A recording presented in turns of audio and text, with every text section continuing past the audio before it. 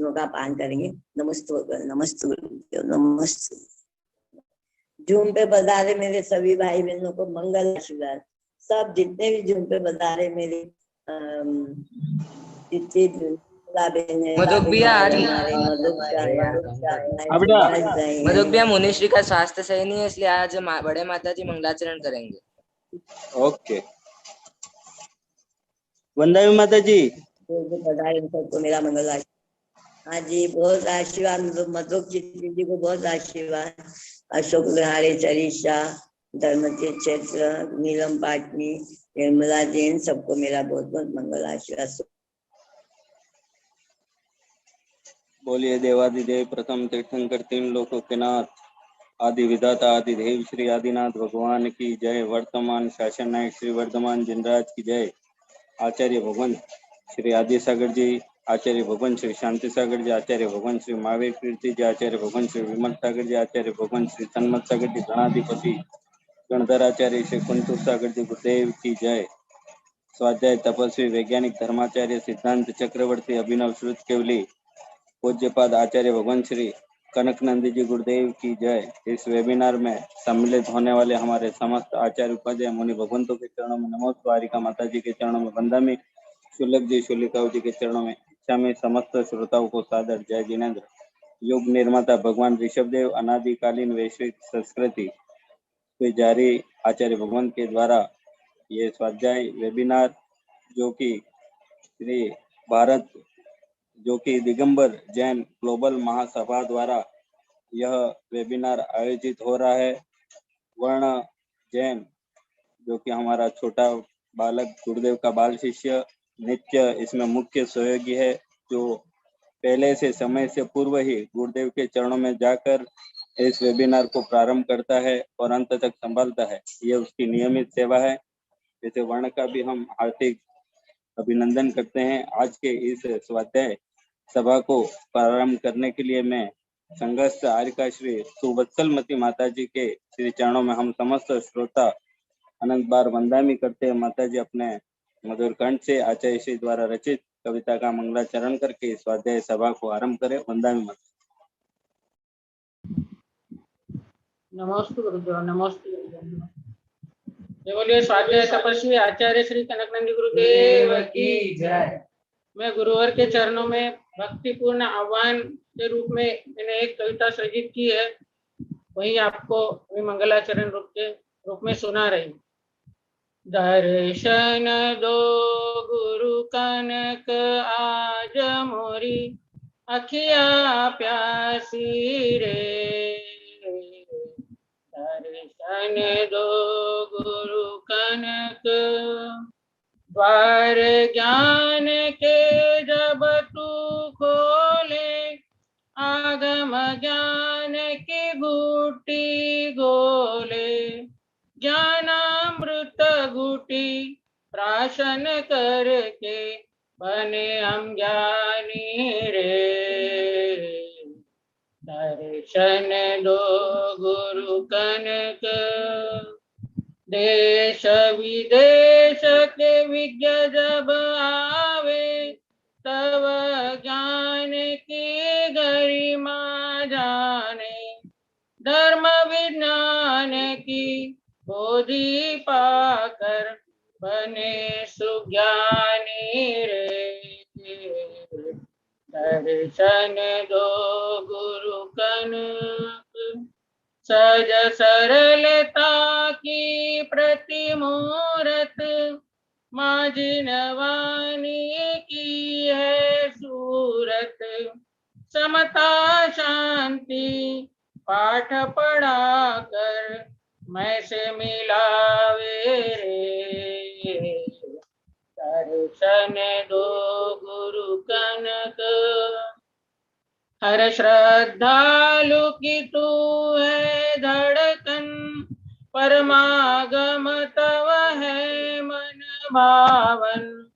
बुद्धि परे जो श्रद्धा से जाने, वात्सल्य पावे रे। दर्शन दो गुरु कनक आज मोरी, अखिया प्यासी रे। सहने दो गुरु कनक आए। नमोस्तु गुरुदेव, नमोस्तु। वंदे माता जी, वंदे माता जी।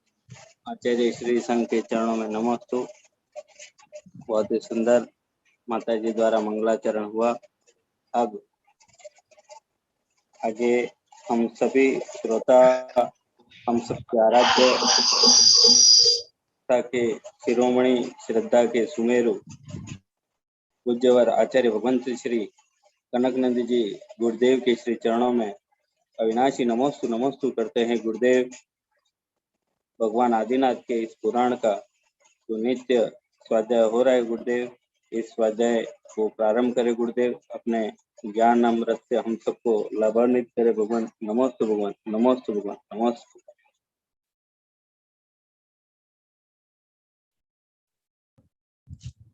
ओम नमः सिद्धेभ्यः, ओम नमः सिद्धेभ्यः, ओम नमः सिद्धेभ्यः।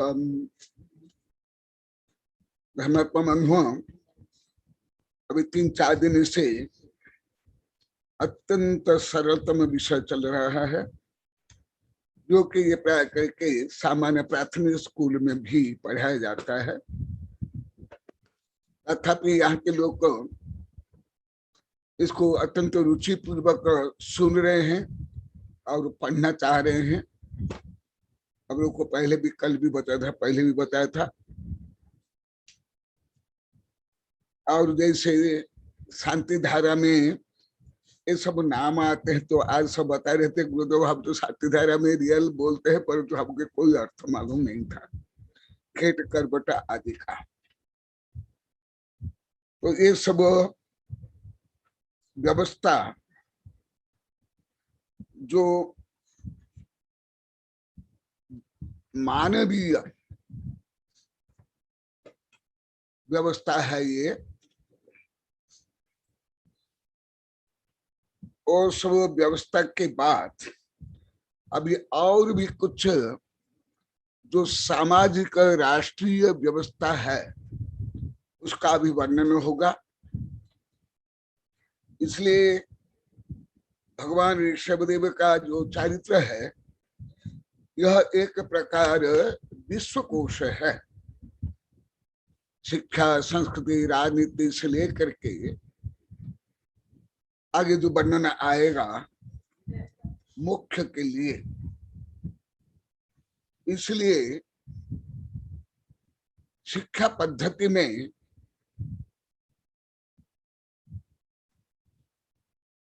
और यहाँ तक कि धर्म में भी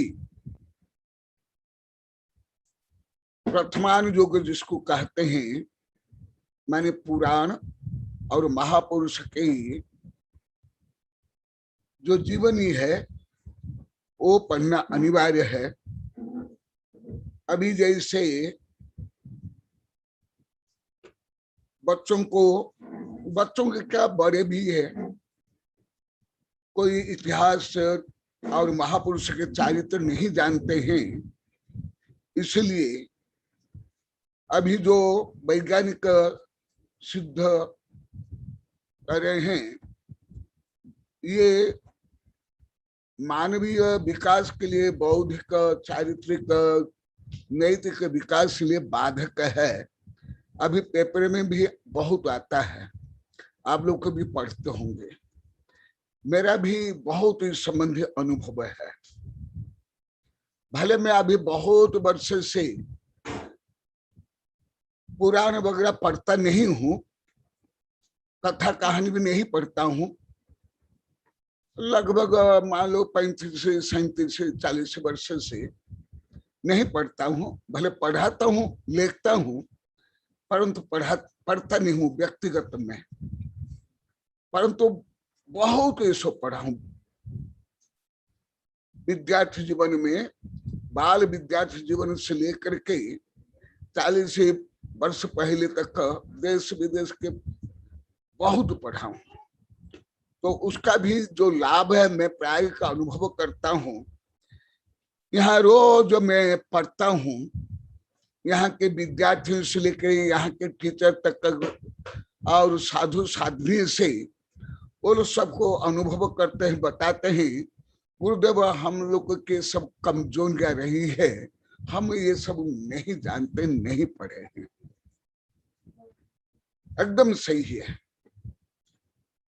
क्योंकि महाजन येन गता सपंथा, महाजन जिससे पथ में जाते हैं वे महापुरुष के लिए आदर्श बनते हैं। तो आप लोग को जो स्वयं भी नहीं पढ़ते हो और बच्चों को भी अभी नहीं पढ़ाया जाता है, बच्चों को भी कथा कहानी नहीं सुनाया जाता है, और केवल होमवर्क तो उनके ऊपर जो पहाड़ डालते हो तो उनका भी ना मानसिक विकास होता है, ना शारीरिक विकास होता है, ना भावात्मक विकास होता है। केवल कागजी फूल जैसे दिखाई देते हैं ये बच्चे। यहाँ भी बच्चे बैठे हैं, स्कूल कॉलेज के बच्चे बैठे हैं, ये लोग को भी बोलते हैं अवश्य। और मुख्यतः मैं भी अनुभव क्या, केवल बालक शिक्षा नहीं, आप लोग को भी शिक्षित होना चाहिए। माता पिता, दादा दादी, टीचर, लेक्चर, प्रोफेसर को भी शिक्षित होना चाहिए। सब बोल देते बच्चों को शिक्षा दो, बच्चों को शिक्षा दो, बच्चों को संस्कार दो। भले वो तो मैं बाल्यकाल करता हूँ और होना चाहिए, परंतु आप लोग को भी शिक्षित नहीं हो, बड़े बूढ़े भी, दादा दादी भी, माता पिता भी, टीचर भी, लेक्चर, प्रोफेसर भी।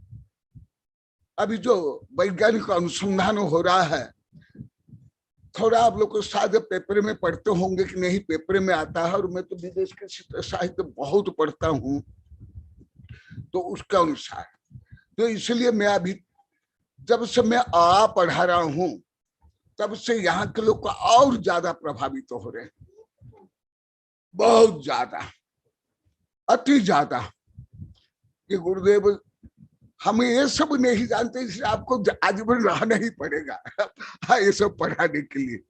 सही है, सही है। ये विषय बीच बीच में मैं बताया हूं, परंतु अभी जो 2-3-4 दिन से अति सरल विषय बता रहा हूं, वो यहाँ साधु से लेकर साधविया से लेकर के यहाँ के बच्चे से लेकर के प्रौढ़ तक कोई नहीं जानते हैं, कोई नहीं, A to Z। भले पुराना 8-10 बार पढ़ लिए होंगे, 8-10 बार पंचकरण देख लिए होंगे, सैकड़ों बार पूजा आरती कर लिए हो, 10-20 बार तीर्थ चल गए होंगे, परंतु किसी को मालूम नहीं। टोटल जितना आप लोग को बैठे हो देख रहा हूं, वो सब भी, और यहाँ जो बैठे हुए सब भी खुद जो लोग को बोल रहे हैं, मैं उसके आधार पर बोल रहा हूं, उसके आधार पर, और मैं जो रिसर्च कर रहा हूं। इसलिए अभी बच्चे वो जैसे माता पिता की चिंता है, टेंशन है, हाँ, बच्चे केवल मोबाइल करते हैं, मोबाइल देखते हैं, उसमें ही खेलते हैं, स्वाभाविक है। जब उनको पढ़ने नहीं, खेलने नहीं देते हो, धर्म में आने नहीं देते हो, उनको नैतिक शिक्षा प्रद कथा कहानी ना स्कूल कॉलेज में है, ना आप लोग को जाते हैं, ना आप लोग को भी बोल पाते हो, तो स्वाभाविक है, ये मनोविज्ञान का सिद्धांत है, ये होगा ही।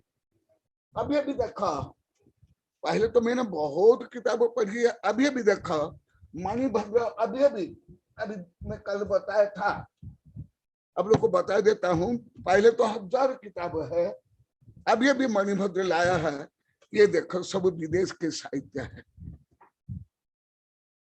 ज्यादा करके मनोविज्ञान के संबंधित शिक्षा संदेशों किताब। ये फिजिक्स केमिस्ट्री नहीं है, उच्च विज्ञान नहीं है, ये सब ये देखो। मैं कई नाम भी केवल बता देता हूं, साइको साइबरनेटिक्स, मन की शक्ति, होमो डेयस सेपियंस, मानव जाति का संक्षिप्त इतिहास, क्यों करे शुरुआत महान लीडर को महान लीडर बनने के लिए क्या करना चाहिए। जीवन का अर्थ की तलाश में मनुष्य मैन से search for a meaning, the third eye, बड़ी सोच का बड़ी जादू, एटॉमिक हैबिट्स, आरंभिक भारतीय। तो इसमें भी मैं पढ़ता हूं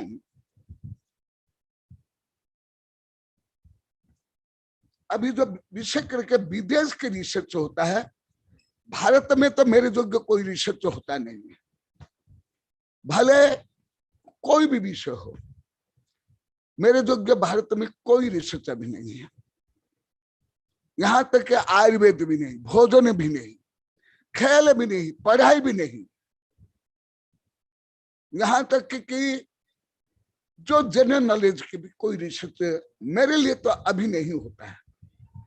पहले 40-45 वर्ष पहले कुछ मैं भारतीय साहित्य पढ़ता था, उससे लाभ लेता था, परंतु मैं आप लोग कई बार बताया, मुझे कोई ज्ञान विज्ञान अभी नया भारतीय कोई किसी से भी नहीं मिल रहा, किसी से भी नहीं। इसलिए मैं अभी मुख्यतः मेरा व्यक्तिगत अध्ययन में विदेशियों का ही करता हूं। डायरेक्ट वैज्ञानिक चैनल से कर रहा हूँ, 4-5 वैज्ञानिक चैनल में से, यूट्यूब से कर रहा हूँ, गूगल से कर रहा हूँ और साहित्य से कर रहा हूँ। ये ज्यादा करे मणिभद्र, दीपेश, मेरे के वैज्ञानिक प्रोफेसर लाख देते हैं। तो अभी जो विषय चल रहा है, यहाँ बच्चियां बैठे, स्कूल के कॉलेज के बच्चियां भी, इन लोग को बोले, यहाँ सब बड़े भी बोले और साधु से लेकर साध्विया बोले, गुरुदेव आप तो बोलते हो ये बहुत सामान्य विषय है, परंतु हमारे लिए तो बहुत कठिन विषय है। तो स्वाभाविक है। और ये सब पुराण में आता है, पुराण में, कथा में, कथा में, ये कथा साहित्य में आता है, कोई सिद्धांत ग्रंथ में नहीं। करुणानुयोग, द्रव्यानुयोग, चरणानुयोग कुछ नहीं। इसलिए जब आप लोग को सब बोले गुरुदेव ये विषय पढ़ा, हमें ज्ञान नहीं, साधु साध्वी तक का कोई केवल गृहस्थ नहीं, तो मुझे कुछ, मेरा कुछ संकोच दूर हुआ। नहीं तो मुझे तो संकोच होता रहा 2-3 दिन तक, मैं कैसे पढ़ाऊंगी इतना हल्का विषय, सामान्य विषय। संकोच रियल हुआ। आप लोग को भी पूछा, यहाँ भी बहुत पूछा, परंतु अभी संकोच नहीं। क्यों संकोच नहीं? ये आपके लिए आवश्यकता है, आवश्यकता है। और आवश्यकता पूर्ति करना जो अभी आज मैं बताऊंगा, वो जीविका उपार्जन से लेकर के लौकिक जीवन से लेकर आध्यात्मिक जीवन में चाहिए। तो मैं आज आगे जो ऋषभदेव ने क्या किया, जो अभी मेरे सामने ही, अभी पहले भी एक किताब आई थी, मैं एक दिन बताया था, अभी अभी 2-3 किताब आई है। सेपियंस, मानव जाति का संक्षिप्त इतिहास, युवाल नोआ हरारी, और इनकी ही अन्य किताबें, होमो डेस, आने वाले कल का संक्षिप्त इतिहास, और एक है आरंभिक भारतीय। ये सब विषय जो मैं पढ़ा रहा हूं अभी, कथनचित यहां तक भी ये पहुंचे नहीं। मैं अभी जो 3-4 दिन से पढ़ा रहा हूं, ये विश्व प्रसिद्ध किताब है, ये लोग भी यहां तक पहुंच नहीं, अभी यहां तक पहुंच नहीं। क्यों पहुंच नहीं? उसका कारण है जो मैं आप लोग 1000 बार बोला, मुझे तो प्रकाश मिलता है केवल ज्ञान रूपी सूर्य से, और उनको जो प्रकाश मिलता है जुगनू से या दीपक से या बल्ब से, तो उनको कहाँ इतना ज्ञान मिलेगा? भले अंतरराष्ट्रीय वैज्ञानिक क्यों नहीं हो जाए, या दार्शनिक क्यों नहीं हो जाए, जब क्यों नहीं हो जाएगा? क्योंकि उनके पास जो साधना है बहुत सीमित, केवल इंद्रिया, मन और यंत्र, उससे क्या ज्ञान हो जाएगा? तो ये स्वाभाविक है। इसलिए मैं विदेश साहित्य भी पढ़ता हूँ, वैज्ञानिक साहित्य भी पढ़ता हूँ, कि जो सर्वज्ञ भगवान और हमारे गणधर इसलिए आचार्य जो जानते थे और जो लिखे, इन लोग को खरब अरब डॉलर खर्च करके लाखों व्यक्ति के माध्यम से 10, 20, 30, 40, 50, 100 वर्ष में क्या रिसर्च करते हैं, क्या रिसर्च करते हैं? यह रिसर्च करते हैं जो मैं अभी बता रहा हूं। अभी अभी मेरे शिष्य वैज्ञानिक राजमल कल कुछ बताए थे, उस प्रकरण को जोड़ लो, तो इससे आप लोग को ज्ञान होगा कि जो धर्म या धार्मिक साहित्य जैसे सबके आप लोग को मिथ्या धारणा, भ्रांति धारणा, संकीर्ण धारणा है, ये धर्म ग्रंथ में क्या है? धार्मिक लोगों को क्या ज्ञान होता है? ये क्या जानते हैं? ये तो गरीब अनपढ़ होते हैं, वैसे भीख मांगने के लिए, पेट भरने के लिए साधु बन जाते हैं। और ये जो धार्मिक ग्रंथ में क्या लिखा हुआ है, उससे हमें क्या लाभ? ये भी बोल दिए यहाँ सब। और विषय का हमारे एक जो सबसे अभी उत्तमतम विद्यार्थी है मनीष पंचोरी, वो ज्यादा बोलता है। अभी मैं कुछ दिन से उनको सर्वश्रेष्ठ विद्यार्थी रूप में मैं स्वीकार कर रहा हूं, सर्वश्रेष्ठ सबसे। क्योंकि ये मनीष पंचोरी एक तो दो बार आकर के मेरे पास आकर होमवर्क बताता है और ज्यादा करके अपनी कमी बताता है, मैं क्या नहीं जानता, रोज ऐसे सब बताते हैं, परंतु सबसे ज्यादा वो।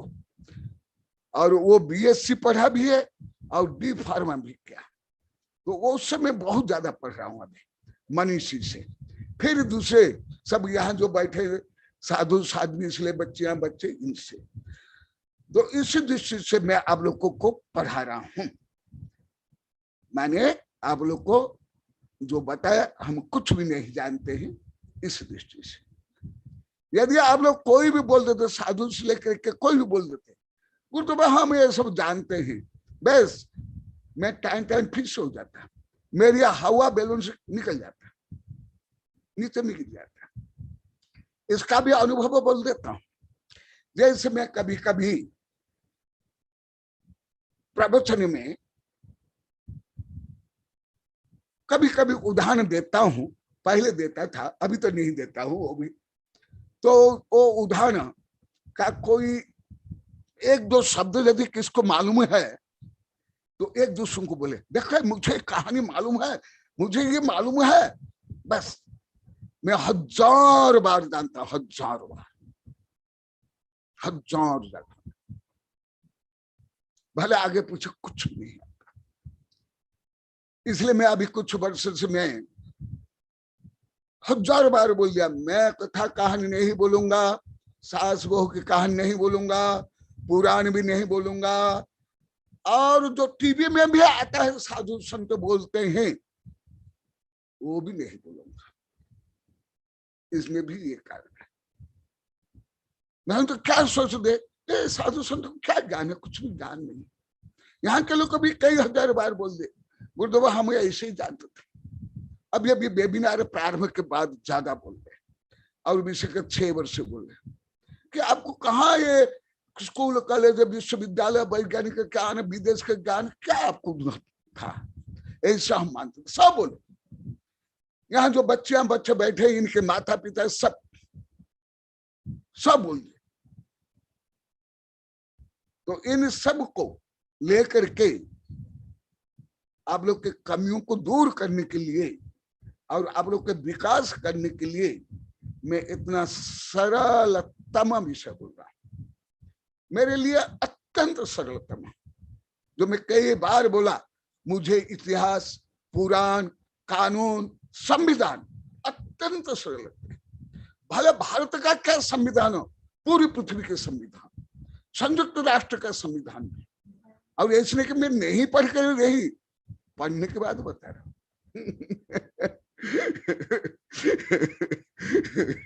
भारत के संविधान से लेकर विदेश के संविधान से लेकर सब पढ़ने के बाद, और अंतरराष्ट्रीय कानून सब पढ़ने के बाद बता रहा हूं। अत्यंत सरल मुझे लगता है। और उसमें क्या क्या कमी है तत्काल में ज्ञान होता है। तो मैं लिख भी दिया, बहुत लिख भी लिया गद्य पद्य में, और बीच बीच में 1000 बार अभी वेबिनार भी बोल दिया। तो इस दृष्टि से आप लोग को बता रहा हूं ऋषभदेव के माध्यम से, जो अभी मैं यहाँ ही अभी देखा, जो विदेश के साहित्यकार ने इतिहासकार जो लिखा, उससे भी आगे मैं बोल रहा हूं, उससे भी आगे।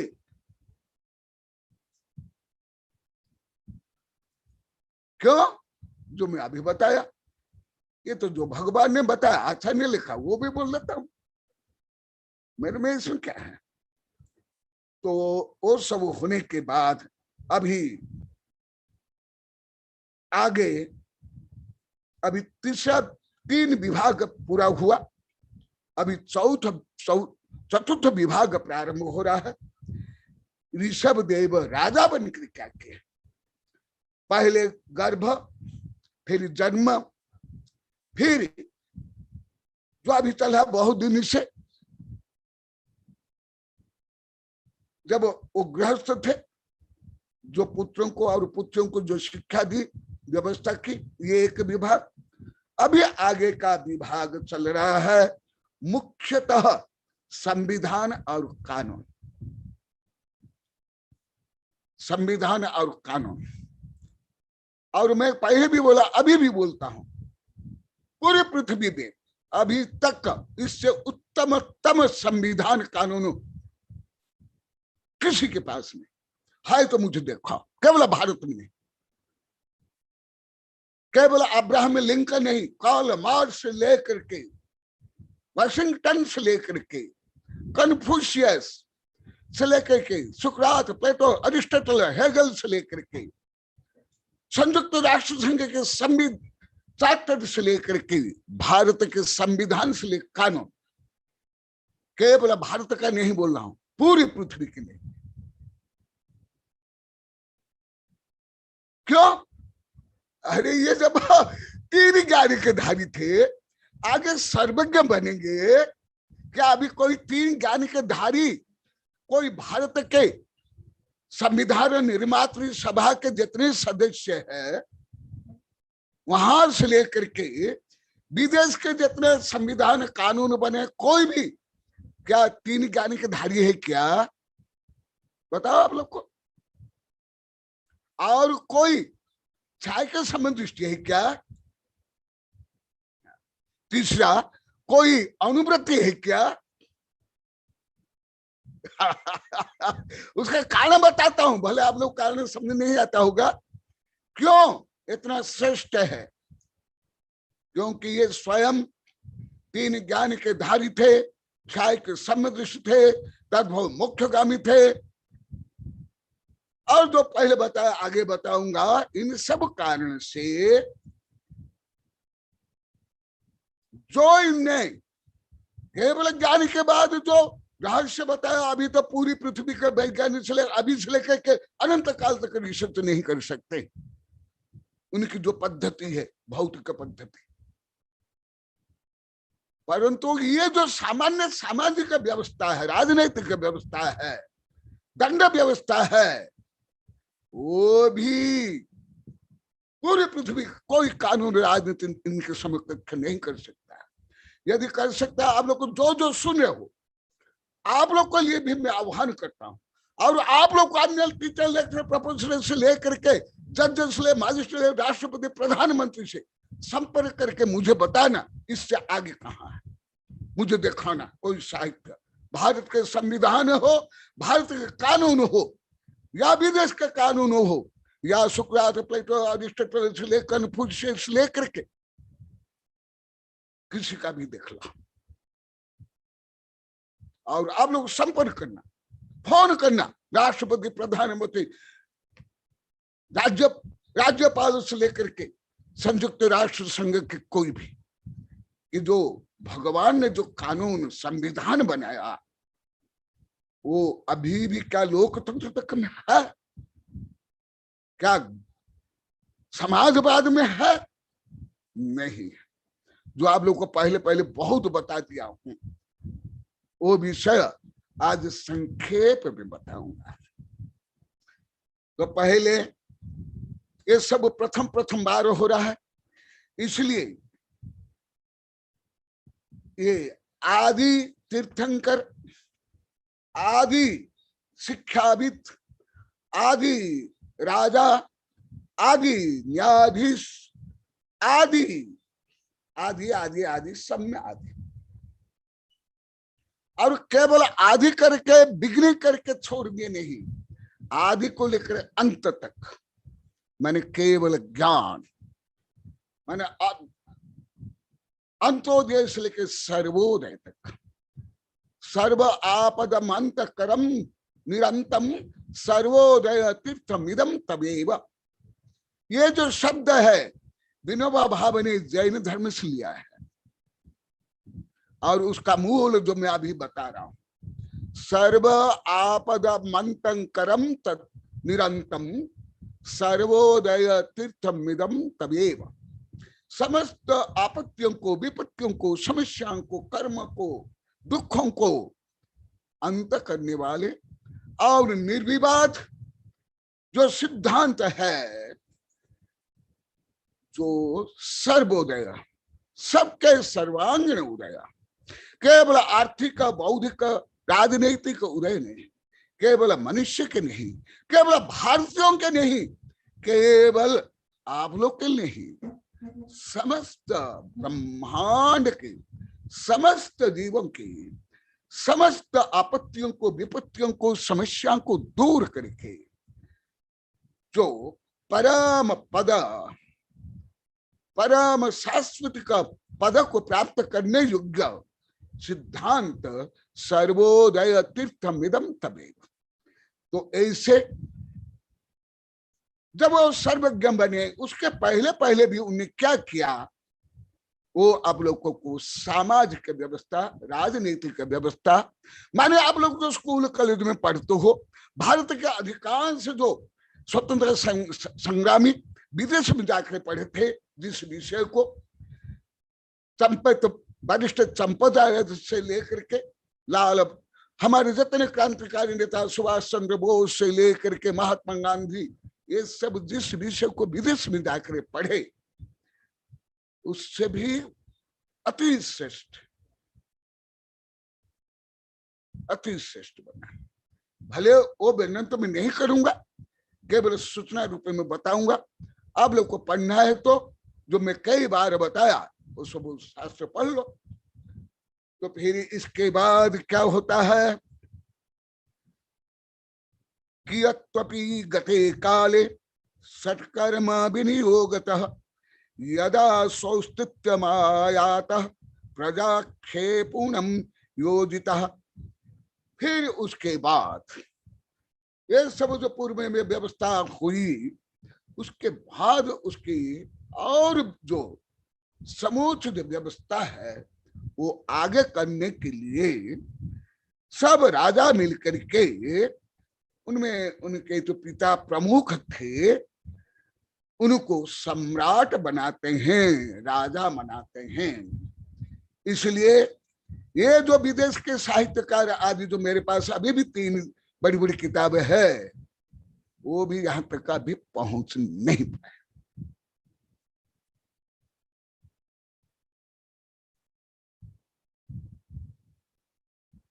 वहां से राजा प्रारंभ है। ये तो केवल 5 लाख 10,000 वर्ष, 6,000 वर्ष मानते हैं, फिर ये तो करोड़ों अरबों वर्ष पहले हो गया। तो वहां पहुंच नहीं पाएगा ना यंत्रों से, ना जो उन लोग को विषय का हड्डी, शव, मम्मी आदि के रिसर्च से ये सब रिसर्च करते हैं मुख्यतः, और कुछ साहित्य, परंतु मुख्यतः जो सब भग्न अवशेष है, पिरामिड से लेकर के प्राचीन मंदिर जो मैं कई बार बताया, और उसके आगे हड्डी, मम्मी, हड्डी मम्मी मुख्य अभी आधार है। तो केवल हड्डी से कहाँ ये सब रिसर्च हो जाएगा, तो हो नहीं पाता है। और वो लोग को मानते भी है। तो देखो, पहले सम्राट, पहले राजा, आदि राज, मेरी कविता में आप लोग को सुने होंगे, पूजा में भी आप लोग को गाते होंगे, पढ़े होंगे, उसमें मैं लिखा हूं आदि राज, आदि गुरु, आदि आदि आदि आदि।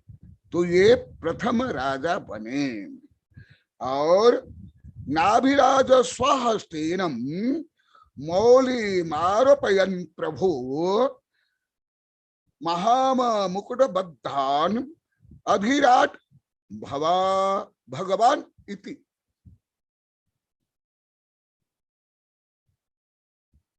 यहां तक कि इतिहासकार तो जो अभी लगभग 21 से 22 वर्षों पहले चंद्रगुप्त मौर्य थे, उनको प्रथम सम्राट मानते हैं भारत के इतिहास में। जो अभी आप लोग को पढ़ रहे हो, पढ़ा रहे हो, आप लोग को पहले पढ़े हो।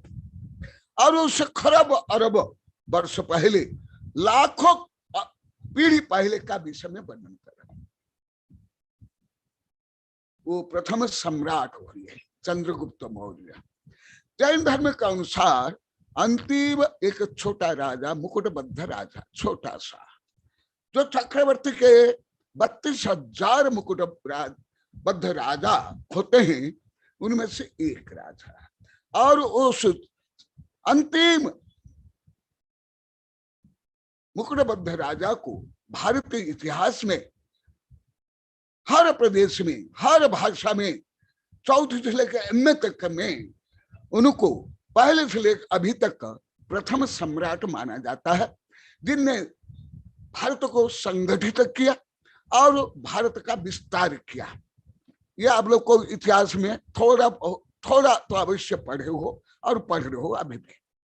नहीं, उस लाखों पीढ़ी के पहले, लाखों पीढ़ियों के पहले, खरब अरब वर्ष के पहले ये राजा हो गए थे।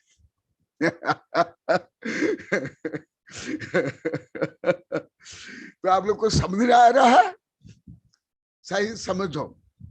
इसलिए आप लोग की रुचि, जिज्ञासा कारण में ये सब विषय पढ़ा रहा हूं, और अवश्य आवश्यकता है। इसलिए मैं श्लोक सहित पढ़ रहा हूं। श्लोक देखो, नाभिराज स्वहस्तेन, नाभिराजा स्वयं अपने हाथों से, मौली मारोपयन प्रभु।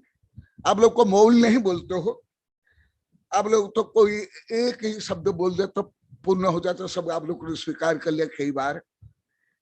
मुकुट, किरीट, मौली आदि कई शब्द है। मौलिम आरोपयन प्रभु महाम मुकुट बद्धानम। देखो यहाँ मुकुट बद्ध, प्रथम मुकुटबद्ध राजा, और उनके पुत्र भरत प्रथम चक्रवर्ती।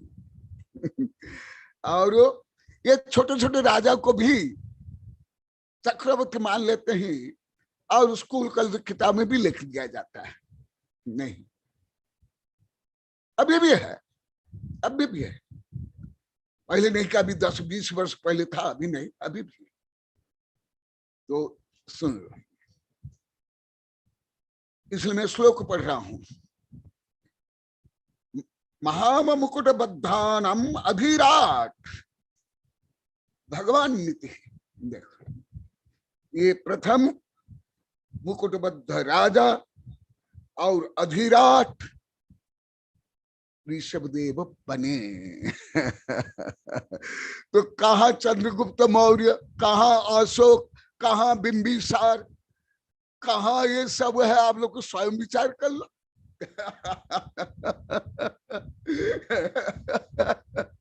स्वयं विचार कर लो आप लोग को। इसलिए भी सबको आप लोग को पढ़ा रहा हूं, मूल को समझो।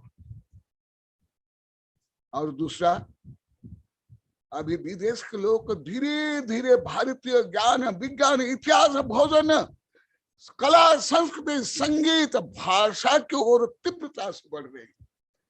और उसका प्रमाण मेरे पास सैकड़ों हजार ग्रंथ है। एक दो नहीं, यहाँ ही अभी देखा गया आप लोग को। अभी भी मणिभद्र वेदक अभी 2-3 दिन पहले 10 किताब, उसके पहले भी कितनी किताब। ऐसे नहीं कि जो पेपर में आ जाता, कोई नेता बोल देता, कोई बोल देता, इसमें। इसीलिए अभी विदेश के लोग, देखा विदेश के लोग को लिख रहे हैं टोनी जोसेफ प्रारंभिक भारतीय। देखो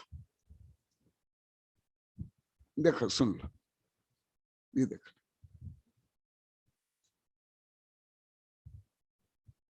विदेश के लोग तो अभी कथनचित जैसे आप लोग को विदेशी अपसंस्कृति के दीवाना हो ना, भारतीय के लोग को और विषय पढ़े लिखे नगर के लोग को, ऐसे विदेश के वैज्ञानिक, दार्शनिक, लेखक, चिंतक भारत के भक्त है, दीवाना नहीं, भक्त शिष्य है।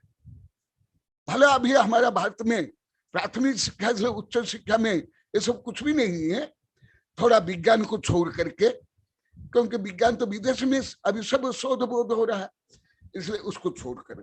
परंतु मैं विज्ञान के साथ इतिहास भी आप लोग को पढ़ा रहा हूं, बता रहा हूं। और इसकी क्या आवश्यकता हुई, पहले भी बताया। पहले भोग भूमि की व्यवस्था थी, भोग भूमि में किसी प्रकार अन्याय, अत्याचार, शोषण, दगाबाज आदि नहीं होने के कारण इसकी आवश्यकता ही नहीं थी। इसलिए जो आप लोग को पहले बताया वो भी यहाँ जोड़ो, नहीं तो पुनः पुनः वही रिपीट करना पड़ेगा। फिर राजा बनने के बाद कोई वो तानाशाही राजा नहीं बने। अभी के लोकतंत्र साम्यवादी प्रजा द्वारा चुनाव हुआ, मंत्री, सांसद, राष्ट्रपति, प्रधानमंत्री से भी ज्यादा उदार, साम्यवादी, सर्व जन हिताय, सर्व जीव सुखाय के लिए उन्हें किया। भले वो राजा थे, मेरी बहुत किताब में सब लिखा हूं, परंतु अवश्य मैं राजनीति का भी थोड़ा आप लोग को पढ़ा देता हूं। परंतु आप लोग जो स्कूल कॉलेज में राजनीति पढ़ते हो, राजनीति में वो तो बंधैया है, वो तो नौकरी के लिए, नंबर लाने के लिए। उस राजनीति से तुलना नहीं कर सकता आप लोग को, मैं पहले ही बता देता हूं। तो ये जो राजा भले राजतंत्र है, तथापि ये राजतंत्र गणतंत्र से भी, लोकतंत्र से भी, साम्यवादी तंत्र से भी श्रेष्ठ था। जैसा भी भारत लोकतंत्र है, डेमोक्रेसी है, क्या क्या जो ऋषभदेव काल में जो राजतंत्र था, ऐसे अभी लोकतंत्र भी है? अब सिद्ध करके मुझे बता सकते हैं आप, से लेकर राष्ट्रपति, प्रधानमंत्री, जज, कोई प्रोफेसर, कोई लेक्चरर, सिद्ध करे मुझे बता। भले वाला राजतंत्र था, तथापि वो राजतंत्र वर्तमान लोकतंत्र से भी अधिक उदार, अधिक न्यायवंत था। जैसे कम्युनिस्ट को साम्यवादी बोला जाता है, जो कार्ल मार्क्स का है। क्या कार्ल मार्क्स जो साम्यवाद में भी साम्यवाद है? अभी जैसे चीन है, क्या उसमें न्याय है? आज भी पढ़ लो, परसों पढ़ लो, कैसे अभी वो तानाशाही बनता जा रहा है चीन, विस्तारवादी, प्रदूषणकारी। तो कहां साम्यवाद? पूरा अभी भारत लोकतंत्र है, कहां यहाँ भ्रष्टाचार विमुक्त, कहां समस्त प्राणियों को समान अधिकार, कहां शोषण मुक्त शासन। तो इसी दृष्टि से वो राजतंत्र होते हुए भी समस्त तंत्र से भी श्रेष्ठ। इसलिए अनेक राजनीतिक शास्त्रों का, मेरी बहुत किताब में लिखा, आप लोग को पढ़ लेना। केवल कोई राजतंत्र या रोलतंत्र ही श्रेष्ठ नहीं है, परंतु उसको शासित करने वाला, प्रयोग करने वाला के ऊपर निर्भर है। तो देखा अभी रियल राज्य, राजा, मंगलकारी, जन कल्याणकारी राज्य क्या होना चाहिए। आप लोग सुने होंगे, सुनते होंगे कि कल्याणकारी राज्य, आनंददायी शिक्षा, परंतु रियल आनंददायी शिक्षा क्या है, कल्याणकारी राज्य क्या है? क्या आप लोग को, भले विदेश के साहित्य नहीं पढ़ते होंगे, क्या मुझे आप लोग को प्रायोगिक रूप में भारत में जितना अनुभव करते हो उसका अपेक्षा है? खुद आप जो अनुभव करते हो। इसलिए अभी रियल राजतंत्र क्या है, राज्य क्या है, कानून क्या है, व्यवस्था क्या है, उसको संक्षेप में बता रहा हूं।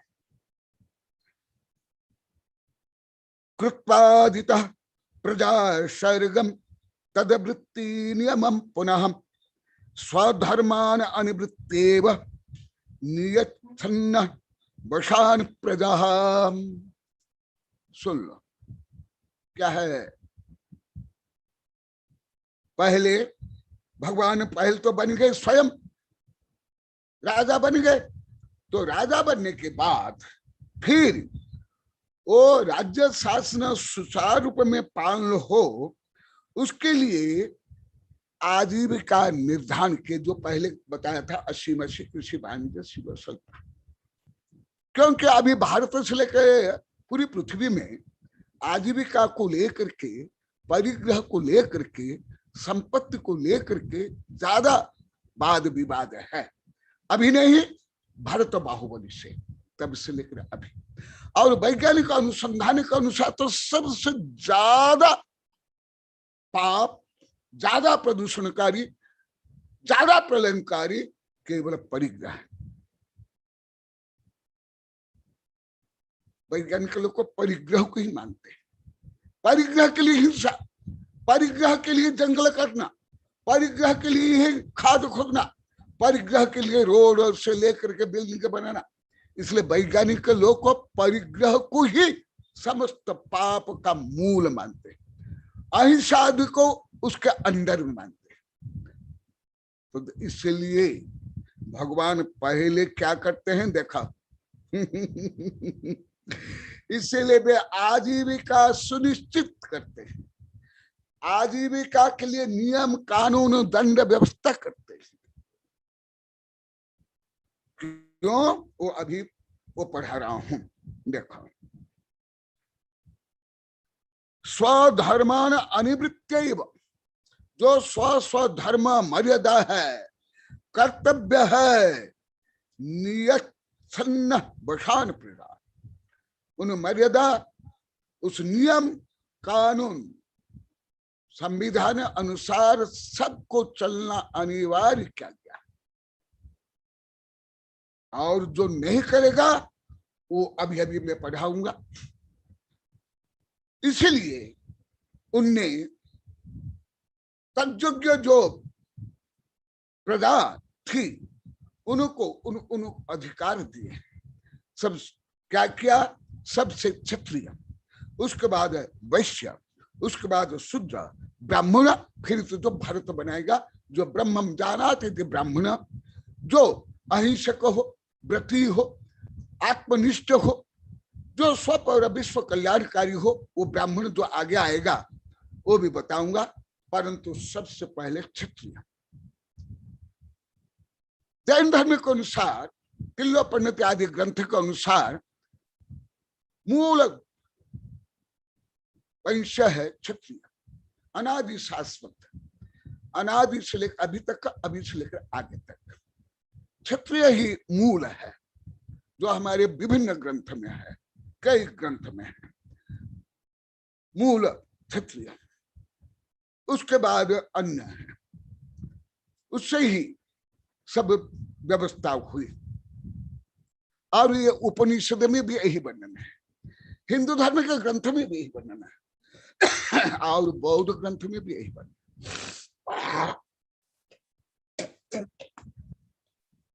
तीनों ग्रंथ में यही वर्णन है मूल में। भले प्रचलित नहीं है, प्रचलित में ऐसे नहीं है ब्राह्मण को पहले लिया गया, फिर क्षत्रिय, फिर वैश्य, फिर शूद्र। परंतु हिंदू धर्म में भी ब्राह्मण ही मुख्य है। उनके उपनिषद में मैं पढ़ा हूं, कई ग्रंथ में पढ़ा और मेरी किताब में भी दिया हूं। तो सबसे पहले ऋषभ देव जो मैं पहले बताया था अभिज्ञान से, और जो सांस्कृतिक कर्मभूमि है विधेय क्षेत्र की व्यवस्था के अनुसार यहाँ सब व्यवस्था की। ये जो सांस्कृतिक व्यवस्था है कर्मजनित, उसके अनुसार तो सबसे पहले क्षत्रिय। क्षत्रिय का मतलब क्या है? और ये दोनों, ये परिभाषा जैन धर्म में हिंदू धर्म में लगभग एक है, उन्नत एक है। अभी भी मैं कुछ हिंदू धर्म का बता देता हूं। छतात रक्षति क्षत्रिय, वो ही यहां लिखा हुआ। छत प्राणी निजुक्ता ही क्षत्रिय शस्त्र प्राणी वाहा। श्लोक नंबर 343। स्वदर्भ्याधारयन् शस्त्रं क्षत्रियान् सृजत् विभुः। छत्र प्राणे नियुक्ता ही क्षत्रिया शस्त्र प्राणिनः। यहां से निकला है 80 80 80, यहाँ 80। जीविका के लिए कृषि, कृषि का आधार पर सब। परंतु अभी जो राज्य व्यवस्था के लिए 80 के लिए पहले भी आप लोग को कुलकर के प्रकरण बताया था। क्रूर पशु पक्षियों से मानव की रक्षा के लिए जो व्यवस्था हुई वो पहले बताया। उसके बाद वो तो पशु पक्षी से मानव की रक्षा के लिए व्यवस्था कुल करने की, फिर काल क्रम से मानव भी क्रूर पशु जैसे बनते गए। ये हिंदू धर्म में भी है। सत्य आदि जो 4 युग है उनमें भी ऐसे वर्णन है। पहले क्षत्रियों की क्यों, उसका कारण भी बता देता हूं। पहले जैसे क्रूर पशुओं से मानव की रक्षा के लिए लाठी का आदि का वर्णन आया, इसी प्रकार जो मानव रूपी क्रूर पशु राक्षस, उनसे प्रजाओं की रक्षा के लिए, समुचित न्याय व्यवस्था के लिए, राष्ट्रीय सुरक्षा के लिए क्षत्रिय प्रथम। बाहर से रक्षा क्षत्रिय से और अंतर में रक्षा किसान से। क्योंकि उन राजा से लेकर चक्रवर्ती से लेकर के सैनिकों को भी भोजन कौन देता है? कृषक। सही बोला तुमने, सही बोला छोरा, सर्वने धन्यवाद, आशीर्वाद। तो इसीलिए ये अलग अलग क्यों है वो भी बता रहा। तो क्षत्रिय किया कौन? छत्र प्राणे नियुक्ता ही क्षत्रिया शस्त्र प्राणिना। जो सबकी रक्षा करे वो क्षत्रिय, ना कि जो मारे कष्ट दे, क्रूर दुष्ट दुर्जन क्षत्रिय। जैसे राम भी जैन धर्म के अनुसार, बौद्ध धर्म के अनुसार, हिंदू धर्म के अनुसार क्षत्रिय थे। तीनों धर्मों के अनुसार सलाह का पुरुष थे और शस्त्र पाणी थे। और हिंदू धर्म में तो ज्यादा, जहां तहां देखा राम को क्या दिखाते हैं? धनुष और बाण से तो दिखाते हैं। तो क्या कोई क्रूर थे? नहीं, संपूर्ण तीर्थंकर क्षत्रिय है, समस्त सलाह का पुरुष क्षत्रिय है। इसलिए ये भ्रांत धारणा है कि कोई क्षत्रिय माने क्रूर, दुष्ट, दुर्जन, लुटेरे, आतंकवादी, एकदम नहीं, इससे विपरीत। तो अभी भी देखो, तुम हो, मैं हूं। अभी हम लोग को जो राष्ट्र के अंदर शांति से बैठ करके जो कुछ कर पा रहे हैं, धर्म से लेकर के सामाजिक आदि, यदि सीमा में सैनिक नहीं होते तुम्हारा मंदिर, तुम्हारे गुरु, तुम्हारा तीर्थ स्थान, तुम्हारा ग्रंथ भी क्या करता है? दिगंबर सितंबर हिंदू के जो करोड़ मंदिर, मूर्ति, धर्मस्थल, शास्त्र है, तो भी क्या तुम्हारे देश की रक्षा हो जाती? कर लेते तुम लोग को? यदि ऐसे तो 1100 वर्ष तक भारत क्यों गुलाम रहा? उसमें तो मंदिर, मूर्ति और धर्मस्थल और साधु थे, साधु की संख्या भी कम नहीं थी, कैसे नहीं? इसलिए देखो, सुन लो, जो ऋषभदेव ने जो व्यवस्था की, कोई ऐसे नहीं है, मनमानी नहीं है, कोई भ्रष्टाचार युक्त नहीं है, कोई पृष्ठपोषण नहीं है। इसीलिए सबसे पहले अशी ये अहिंसा का प्रतीक, हिंसा का नहीं। आप लोग उल्टा ले लेते हो, सबको विपरीत ले लेते हो। क्षत्रिय अहिंसा का प्रतीक है। ये उपनिषद में बहुत वर्णन मेरी किताबें में दिया और बौद्ध धर्म में, और भले आप नहीं पढ़े हो, आप प्राय ग्रुप में देख लो, जितने हमारे तीर्थंकर सब सलाह का पुरुष कौन थे? महात्मा बुद्ध से लेकर जितने बोधिसत्व है कौन थे? हिंदू धर्म के अधिकांश जो राजर्षि से लेकर ब्रह्मर्षि कौन से थे? इसलिए ये भ्रांत धारणा है कि जो क्रूर होता है, मांस भक्षी होता है, फैसनी व्यसनी उदंडी होता है, वो ऐसे। हाँ, वो आगे जाकर के विकृत हो गया, मैं जो कई बार बताया, अभी भी सुंदर को अनुसार बताऊंगा। इसलिए जो रक्षक है वो है क्षत्रिय, जो रक्षा करे। तुम भी रक्षा कर, तुम भी क्षत्रिय। अभी सैनिक भी क्षत्रिय है, पुलिस भी क्षत्रिय है, तुम भी क्षत्रिय। यदि किसकी रक्षा करते हो, पशु पक्षी का, इसको मैं भी क्षत्रिय। आत्मा की जो रक्षा करे, दूसरों की रक्षा करे।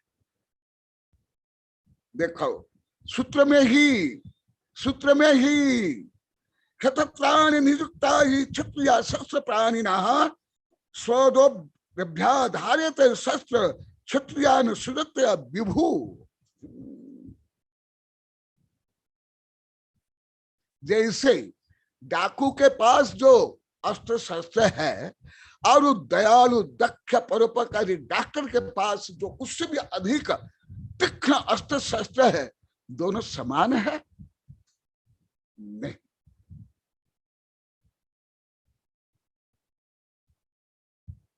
उसके बाद वैश्य माने क्या? उरुभ्याम दर्शयन् यात्राम अस्त्र स्त्रीण बलिद प्रभु जलस्थलाधियात्रा भी वृत्तिर्वाही यथा यथा।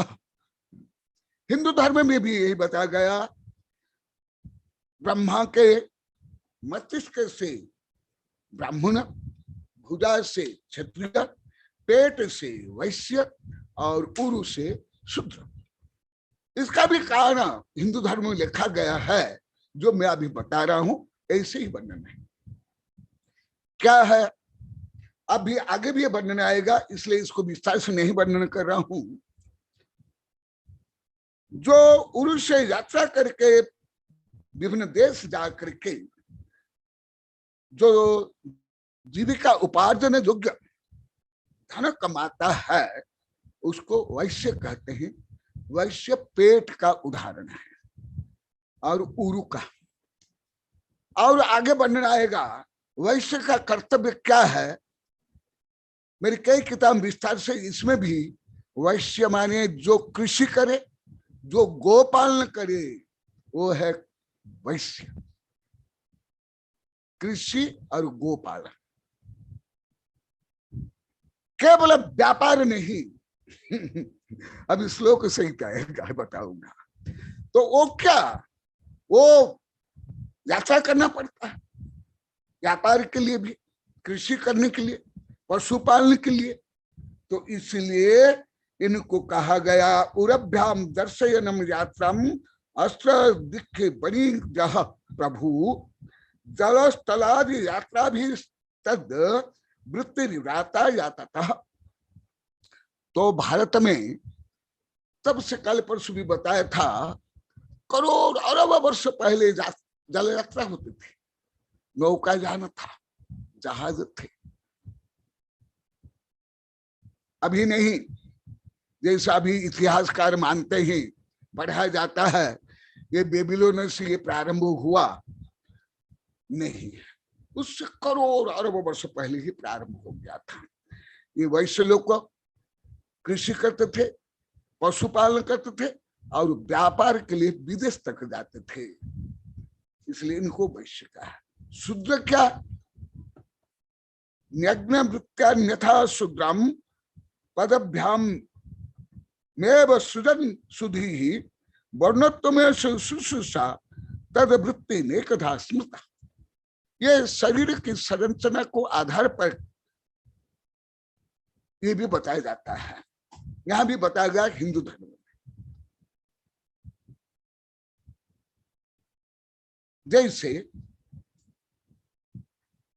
ब्रह्म जानाति इति ब्रह्मण, तो ब्रह्म माने मस्तिष्क, माने ज्ञान, ज्ञान का प्रतीक, इसलिए मस्तिष्क मान लेते हैं। ये भुजा, ये शक्ति का प्रतीक, इसलिए क्षत्रिय को भुजा का मान लेते हैं। और कृषि करने के लिए, पशुपालन के लिए, व्यापार करने के लिए दूर दूर जाना पड़ता है, इसलिए इनको उरु को बताया गया, वैश्यों को। उरु से जन्म, हिंदू में भी, ब्राह्मण में, ये जैन धर्म में भी है और वेद में भी है। और शूद्र माने जो अभी सर्विस, नौकरी जो करते हैं वो सब शूद्र स्थानीय, भले राष्ट्रपति हो, प्रधानमंत्री, जज हो, टीचर हो, सब जो संपूर्ण वर्ण की सेवा करे, इसलिए सर्विस बोलते हैं। संस्कृत में सेवा, इंग्लिश में सर्विस। भले प्राइवेट सर्विस करो या कोई कंपनी की भी सर्विस करो, वो सेवा में आएगा, शूद्र में आएगा, कर्म रूप में शूद्र में आएगा। इसलिए पहले भी आप लोग को बोलते हो उत्तम खेती, मध्यम व्यापार, नीच चाकरी, धमा अधमा अधमा, ये प्रसिद्ध है, ये सत्य है। परंतु अभी उच्च नौकरी और मध्यम व्यापार और नीच कृषि आप लोग को बांटते, जो भगवान ने बताया उससे पूरा उल्टा, पूरा उल्टा, पूरा उल्टा, एकदम उल्टा। अरे तुम जो जिसको प्रधानमंत्री, राष्ट्रपति बनते हो, उसको संविधान में क्या कहा गया जानते हो? क्या बोलता है, बोला जाता है संविधान में, लोक सेवक, पब्लिक सर्वेंट, लोक सेवक, पब्लिक सर्वेंट, भले राष्ट्रपति हो, प्रधानमंत्री हो, जज हो, टीचर हो, ये पब्लिक के नौकर है, वो ही शूद्र है, जो चार वर्ण की सेवा करे विभिन्न उपाय से।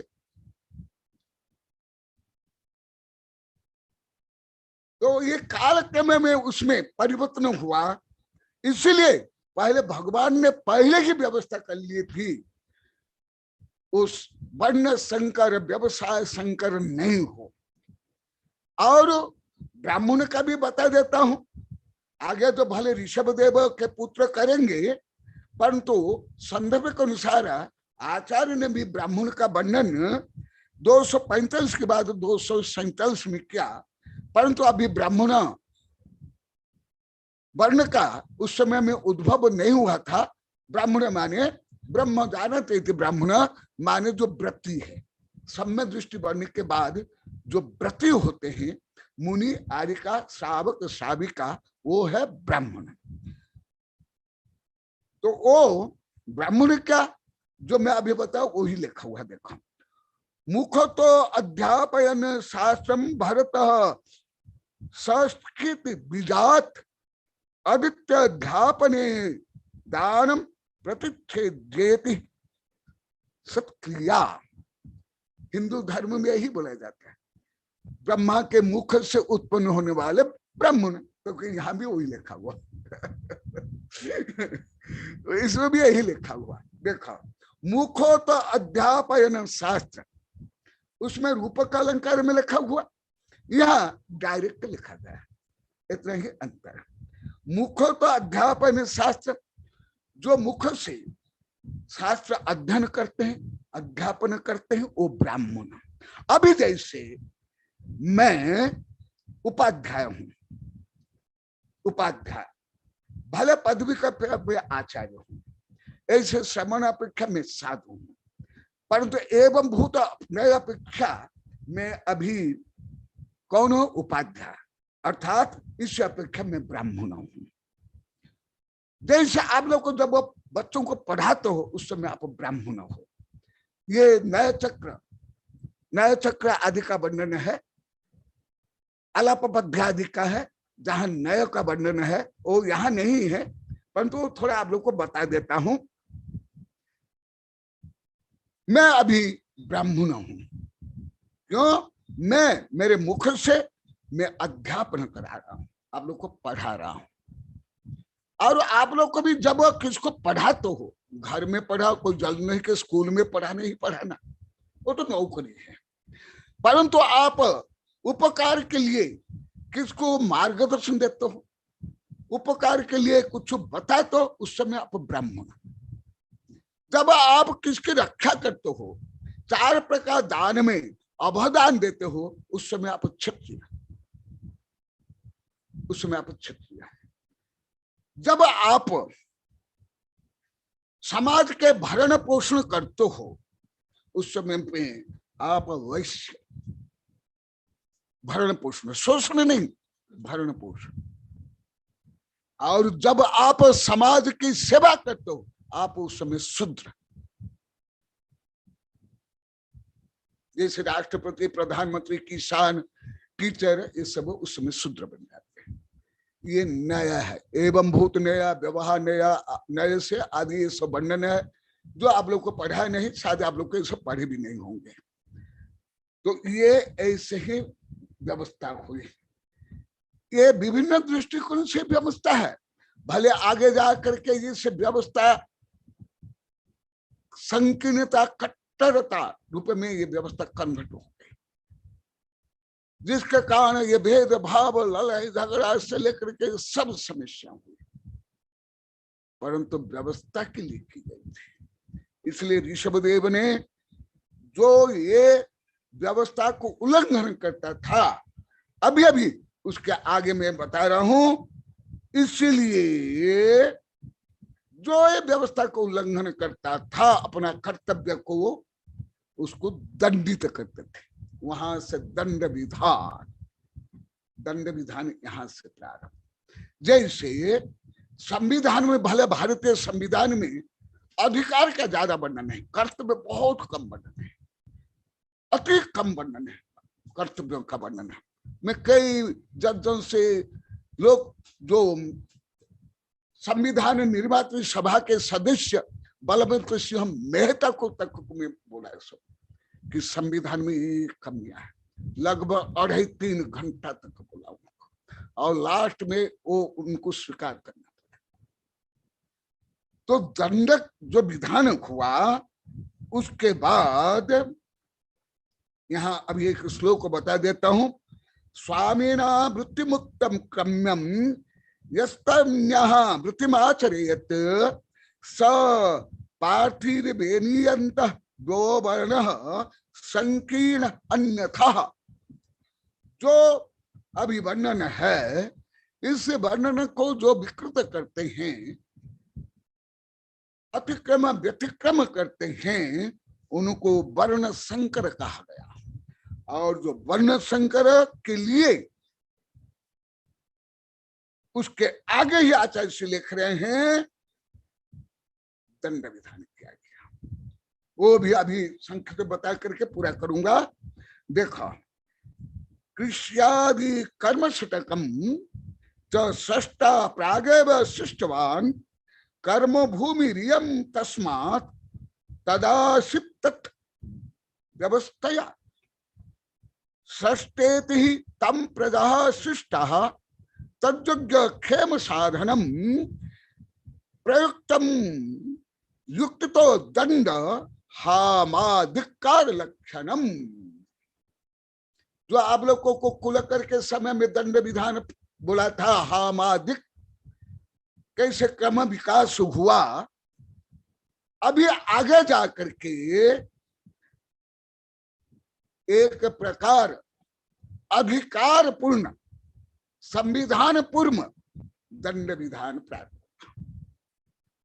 पहले नियम रूप में, अभी ऑर्डर रूप में, पहले उपदेश रूप में, अभी आदेश रूप में।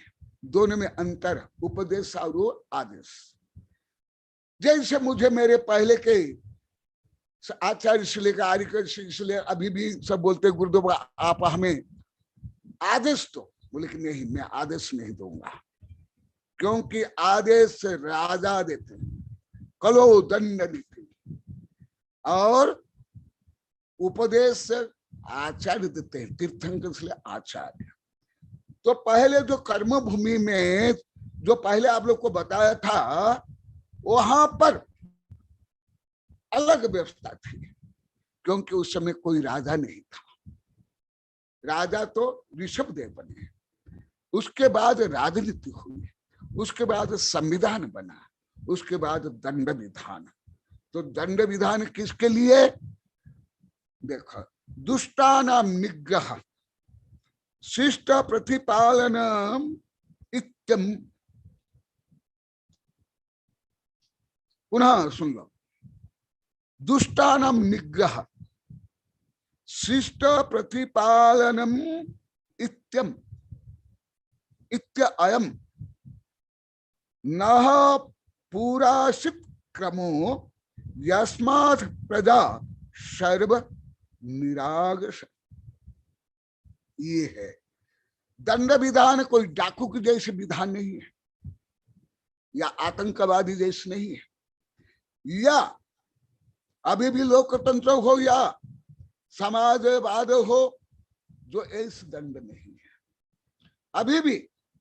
ये तो कैसे हैं, सब साक्ष्य के आधार पर, और मनमानी जो कानून बनाते थे, संविधान बनाते थे, उसके अनुसार, जैसे अंग्रेज ने बनाया था, जैसे अभी तालिबान ने बनाया, जैसे उपनिवेशवाद में विदेशी शासक ने बनाया, वैसे नहीं। भले आप लोग को ये सब कितनी समझते होगा, हाँ प्रोफेसर टिकमंत आप समझते होंगे, क्योंकि ये इसी विषय के ही प्रोफेसर थे दिल्ली विश्वविद्यालय में। पहले भी मेरी कभी कभी ये चर्चा होती थी। जैन धर्म कानून अभी दिखाई दे रहे हैं, फोटो दिखाई दे रहा है, नाम दिखाई दे रहा है, प्रोफेसर टिकमचंद जी, वो इसके ही वो प्रोफेसर थे। तो वो विषय में बता रहा हूँ। टिकम जी सुनाई दे रहा है? तो ये देखो, अभी भी मैं आप लोग को बताता हूं, क्या भारत में अभी लोकतंत्र हुए भी रियल दुष्टों को सही दंड मिलता है? अभी अभी कुछ दिन पहले, 4-5 दिन पहले, एक हाई कोर्ट ने बताया, जो कि मैं बाल्यकाल से बोलता हूं, 1000 बार बोल रहा हूं, स्कूल कॉलेज में, कृष्ण जन्माष्टमी में आप लोग भी सुने होंगे, शिविर में मैं 1000 का उससे भी कई 1000 बार बोल दिया हूं, यहां भी बोला हूं शिविर में पढ़ाते हुए 2007 में। चोरी को लेकर मैं बताया हूं। वही एक अभी कुछ दिन पहले एक हाई कोर्ट ने बोला कि ये बच्चा यदि चोर है और चोर के दंड के भागी है, तो कृष्ण को आप माखन चोर बोल करके पूछते क्यों? हाँ टिकमन जी, आज आपका ही विषय चल रहा है।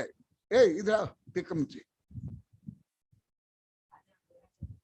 सुन लो, ये जो ये टिकम हाँ हाँ टिकम जी, अब मैं अभी आपको बता रहा था, आप ये इस विषय का आप दिल्ली विश्वविद्यालय के प्रोफेसर थे कानून के। आज मैं दंड विधान कानून राजनीति के बारे में आदि पुराण के माध्यम से पढ़ा रहा हूं। तो आप कमिटी करना, आप समीक्षा करना, आज नहीं तो कल करना, कल आपको करना है। टीकम जी के बोल रहा हूँ, प्रोफेसर नमस्ते महाराज जी, नमस्ते बोल रहा हूँ, सुनो सुनो। आज मेरा पहला बिगड़ी इसलिए अभी तक कानून, संविधान और दंड विधान चल रहा है। अच्छा जी, क्या था, आप इसके प्रोफेसर थे दिल्ली विश्वविद्यालय में, और पहले आपकी मेरी कभी कभी ये चर्चा भी हुई है। तो आज का विषय कल आपको समीक्षा करनी है। अभी लगभग 1 घंटा से बोल रहा हूँ, आप सुने कि नहीं? नहीं सुनते, आज रात को सुन लेना, फिर कल कमेंट्री करना है। तो अभी कुछ दिन पहले पेपर में आया, एक उच्च न्यायालय ने कहा कि ये बच्चा चोर नहीं है, इसको दंड नहीं दे सकते। यदि ये दंड के भागी है तो कृष्ण को माखन चोर बोल करके क्यों आप पूजा करते हो? क्या कारण? ये तो मैं बाल्यकाल से जानता हूं, करता भी हूं, ये मेरे लिए तो एकदम नया नहीं था, परंतु मुझे गौरव हुआ कि मैं विषय बाल्यकाल से जानता हूं और मैं लाखों बार बोला हूं। क्यों? वो बच्चा बोलता है मेरे पिताजी मर गए, मेरी माँ रोगी है, घर में कोई नहीं है, मैं बहुत भूखा था, इसलिए जाकर के मैं मिठाई चोरी करके खा लिया और रोने लगा। आप लोग पढ़े होंगे, अभी भी आया कुछ दिन पहले, ज्यादा 5-6 दिन पहले। तो न्यायाधीश से क्या न्याय देता है कि यदि ये बच्चा चोर है तो कृष्ण क्या होंगे? बोलो। मैं भी आप लोग को प्रश्न करता हूं, मैं भी भारत सरकार को, न्यायालय को, न्यायाधीशों को, वकीलों को, आप लोग को प्रश्न कर रहा हूं। मैं लाखों बार ये बोल दिया, आज विषय आ रहा है इसलिए मैं बता रहा हूं। जो अरब खरब रुपया राष्ट्रीय संपत्ति से लेकर व्यक्तिगत संपत्ति हड़प लेते हैं, बड़े बड़े उद्योगपति से लेकर के नौकर साहब, वो तो सफेद पोश नौकर साहब है, और कोई गरीब, कोई विपन्न, कोई रोगी यदि कहां से फल लेकर खा लिया, कोई 1-2 रोटी चोरी कर ली, 1-2 किलो अनाज चोरी कर ली, तो वो कैसे दंड के भागी?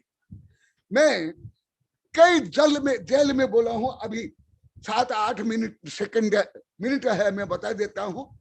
जयपुर सेंट्रल जेल में बोला हूं, उदयपुर जेल में बोला हूं, प्रताप जेल में बोला हूं।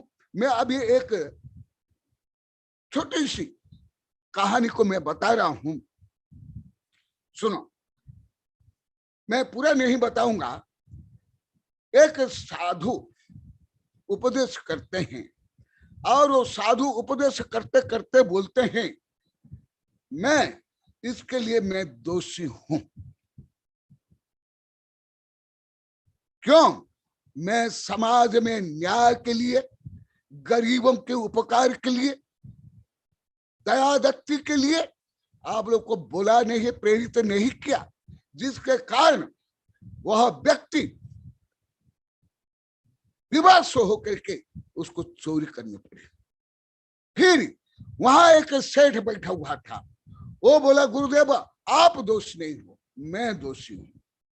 मैं जानता था ये गरीब है, विपन्न है, मैंने सहयोग नहीं किया, इसलिए मैं दोषी हूं।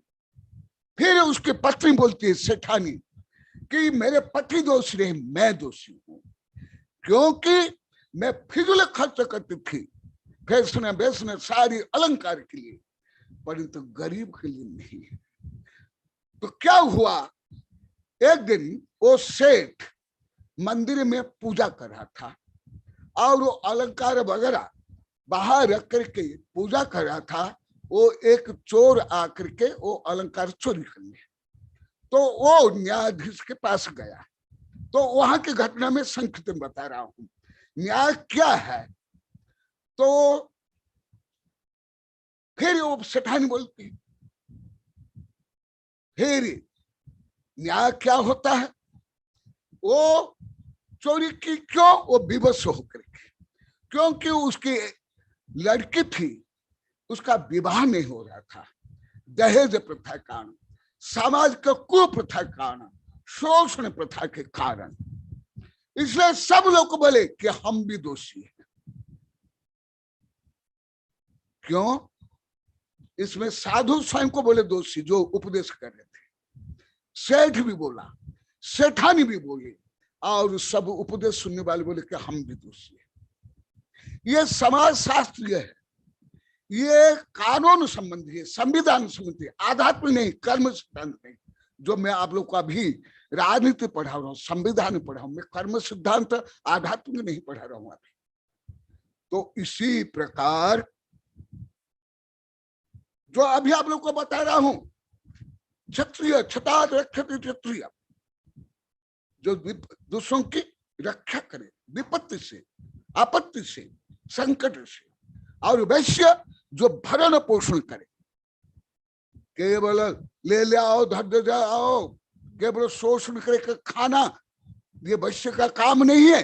जैसे एक बार हाथ पैर नाक सब पेट के विरुद्ध में हड़ताल कर लेते हैं, पैर बोलता मैं चलता हूं, हाथ बोलता मैं काम करता हूं, आंख बोलते मैं देखती हूं, कान बोलता मैं सुनता हूं, पर तो पेट कुछ भी नहीं करता है। ये केवल खा करके तो बढ़ाता है। इसलिए इसके विरुद्ध में अभियोग है, इसको दंडित करना चाहिए। तो पेट बोलता है रियल, आप लोग को जो आपत्ति जता रहे हो वो सही है, परंतु मैं खा करके वो जो रस क्या मैं संचय करता हूं ना, आपके लिए मैं भेजता हूं। इसी प्रकार वैश्यों का काम केवल शोषण नहीं करना है, जो अर्जन करते हो समाज के उपकार के लिए समाबंटन करना है। और क्षत्रियों का काम माने राष्ट्रपति प्रधानमंत्री आदि का काम उस सब की रक्षा करना है। और ब्राह्मण माने साधु संत का काम सबको हितोपदेश देना है, अन्याय अत्याचार शोषण नहीं हो। और शूद्र का काम सबकी सेवा करना है। इसलिए जो जैसे हाईकोर्ट के जज बोला कि यदि ये चोर है, कृष्ण को माखन चोर बोल के क्यों पूछते हो, मैं भी भारत के सरकार से लेकर, भारत के कानून वित्त से लेकर, न्यायाधीश से लेकर, वकील से लेकर आप लोग को पूछ रहा हूं, और पूरी पृथ्वी के सरकार से, कानून वित्त से लेकर के ये सेठ साहूकार को पूछ रहा हूं, तुम लोग को क्या ऐसे अपना स्व कर्तव्य आप लोग को पालन करते हो? भले लोकतंत्र में हो या साम्यवाद में हो, कौन पालन करते हैं? इसलिए आदिनाथ भगवान ने ये दंड विधान किया, जो ये कर्तव्य पालन नहीं करेंगे दुष्टानम निग्रह, वो दुष्ट है। आप लोग को केवल सोचते हो कि केवल कोई हत्या कर ली या केवल मांस खा लिया वो ही दुष्ट नहीं है। ये जो व्यवस्था है, दूसरों की रक्षा करना, समाज का भरण पोषण करना और ज्ञान देना और सबकी सेवा करना, यदि ये नहीं करते हो, भले राष्ट्रपति प्रधानमंत्री जज हो, न्यायाधीश हो, अधिकारी हो या साधु संत हो, सेठ साहूकार, भगवान के उपदेश के अनुसार सब दुष्ट है। देखो मैं श्लोक पढ़ रहा हूं, श्लोक इसलिए मैं अभी बोल रहा, सुन लो टिकम जी, आप साधु सुने कि नहीं? जो ऋषभदेव ने जो दंड विधान, जो कानून व्यवस्था की है, वो सुकरात, प्लेटो, अरिस्टोटल से लेकर के, कन्फ्यूशियस से लेकर के तुम्हारा अब्राहम लिंकन के काल मास तक इतना उच्चतम न्याय नहीं दे पाए, अभी भी भारत में नहीं, पूरी पृथ्वी में। मैं ये सिद्ध कर रहा हूं। ना भारतीय संविधान में अभी भी है, ना अंतरराष्ट्रीय कानून में संविधान में अभी भी इतना उदार, इतना व्यापक। देखो, यदि आप विपन्न, रोगी, असहाय की रक्षा नहीं करते हो, आप दंड के भागी है, आप अपराधी हो। आप किसका हत्या नहीं की हो, भले आप चोरी नहीं की हो, भले मांस नहीं खाया हो, तो भी आप लोग को अपराधी है। आचार्य बोलते हैं दुष्ट हो, दुर्जन है, वो दंडनीय है। कितना उदार है। अभी देखो कानून और व्यवस्था समझ में आ रहा है। दुष्टानम निग्रह, इसलिए आप ऐसे नहीं सोच सकते हो। इसलिए जो सम्यक दर्शन के 8 अंग है, व्यक्तिगत 4 है, निसंकित, निकंक, निर्विचिक्षा, अमर दृष्टि, और 4 है उपगुहन, स्थितिकरण, वात्सल्य, प्रभावना। वो सामाजिक है, वो राष्ट्रीय है, वो भी पालन करना अनिवार्य है। केवल जो धार्मिक रूढ़ी पालन करके संकीर्णता से, कट्टरता से कोई धार्मिक नहीं हो जाता है। पहले उसको नैतिक होना पड़ेगा, उसको पहले मानवीय गुण का ग्रहण करना पड़ेगा। ये कोई आध्यात्मिक नहीं है, नैतिक गुण है, इसको इथिक्स बोला जाता है। ये ड्यूटी ऑफ सिटीजनशिप है, ये नागरिक का कर्तव्य अधिकार है। भारतीय संविधान में अधिकारों का ज्यादा वर्णन है, कर्तव्य का कम वर्णन है। तो अच्छा भगवान बोले हैं तुम क्षत्रिय हो, तुम सबकी रक्षा करो। यदि तुम रक्षा नहीं करते हो, तुम दुष्ट हो, तुम दंड के पात्र। देखो, और वैश्य को बोलते हैं तुम कृषि करो, पशुपालन करो और व्यापार करो, केवल ले लाओ धर आओ नहीं।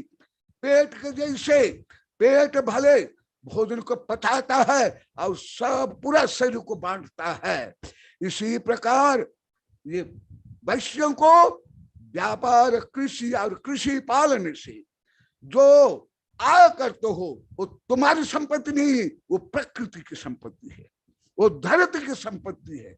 इसलिए तुम्हें केवल यदि उसका भोग करते हो, महात्मा गांधी, टॉलस्टॉय और रस्किन बोलते थे, और विनोबा भावे, उनकी भी किताब अनटू द लास्ट, सर्वोदय आदि, और जो साहित्य में पढ़ा हूं उनमें भी लिखा हुआ, केवल टॉलस्टॉय तो बोलते हैं जिनसे महात्मा गांधी ने राजनीति में अर्थतंत्र पढ़ा है, आध्यात्म पढ़े हैं रायचंद्र से, टॉलस्टॉय से पढ़े अर्थशास्त्र, उनके साहित्य से महात्मा गांधी, वो किताब में मैं पढ़ा हूं। तो वो क्या बोलते हैं, यदि कोई समाज में शोषण करता है और अन्यायपूर्वक धन संचय करता है, वो भी दोषी है, वो भी दंड के भागी। सुन लो कितना गहन विषय इसमें है। इसलिए अभी सब बोले गुरुदेव हम कुछ भी नहीं जानते, कई बार पहले पुराने ये पता, इसलिए मैं बता रहा हूं। और ब्राह्मण, ब्रह्म जानाते थे ब्राह्मण, शिक्षक से लेकर के आचार्य तक, यदि समाज के लिए न्याय, नीति, आध्यात्मिक, अपरिग्रह आदि का उपदेश नहीं देते हैं, वो भी दंड के भागी है। और शूद्र माने जो सर्विस करते हैं, राष्ट्रपति, प्रधानमंत्री से लेकर के टीचर से लेकर डॉक्टर, वो यदि सेवा नहीं करते हैं, वो भी दंड के भागी है। सुन लो टिकम चंद जी, ये पहले हल्की हल्की चर्चा भी होती थी पहले हम लोग की याद है, 20-30 वर्ष पहले, 34-32 वर्ष पहले वो भी से आज मैं थोड़ा पढ़ा हल्का सा। देखो इसी प्रकार हिंदू धर्म में भी है, कौटिल्य अर्थशास्त्र में भी है, चाणक्य नीति में भी है, और नीति वाक्यामृत में भी है, और सुकरात, प्लेटो से लेकर के इन सब के भी साहित्य। परंतु जो भगवान ने जितना व्यापक उदार बताया, अभी तक पृथ्वी में कोई तंत्र में नहीं, कोई तंत्र में नहीं। दुष्टान निग्रह शिष्ट प्रतिपालनम, देखो समय हो गया। और वो शिष्ट जो है, सज्जन है, जो विपत्ति से ग्रसित है, जो जिनको आवश्यकता है, उन्हीं के लिए उनका प्रतिपालन करना चाहिए।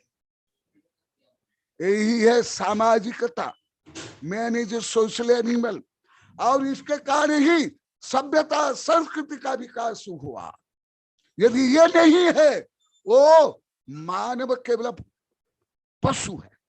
Man is a social animal.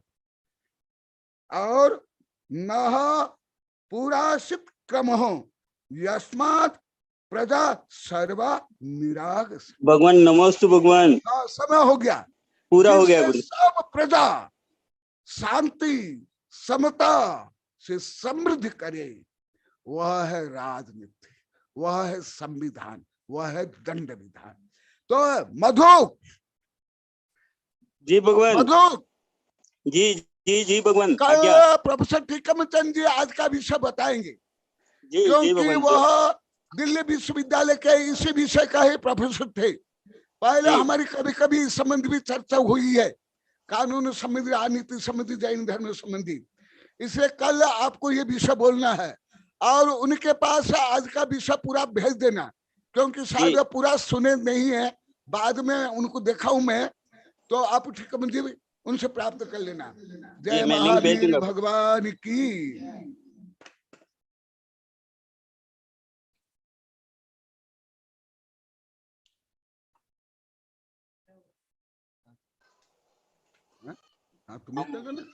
गुरुदेव के विद्वान शिष्य प्रोफेसर टीकमचंद जी को सादर जय जिनेन्द्र और अभिवादन करते हैं।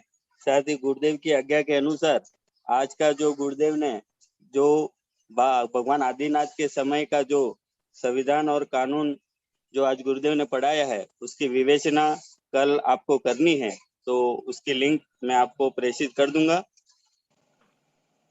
हाँ सही है। अब आचार्य भगवान श्री गुरुदेव के चरणों में नमोस्तु गुरुदेव।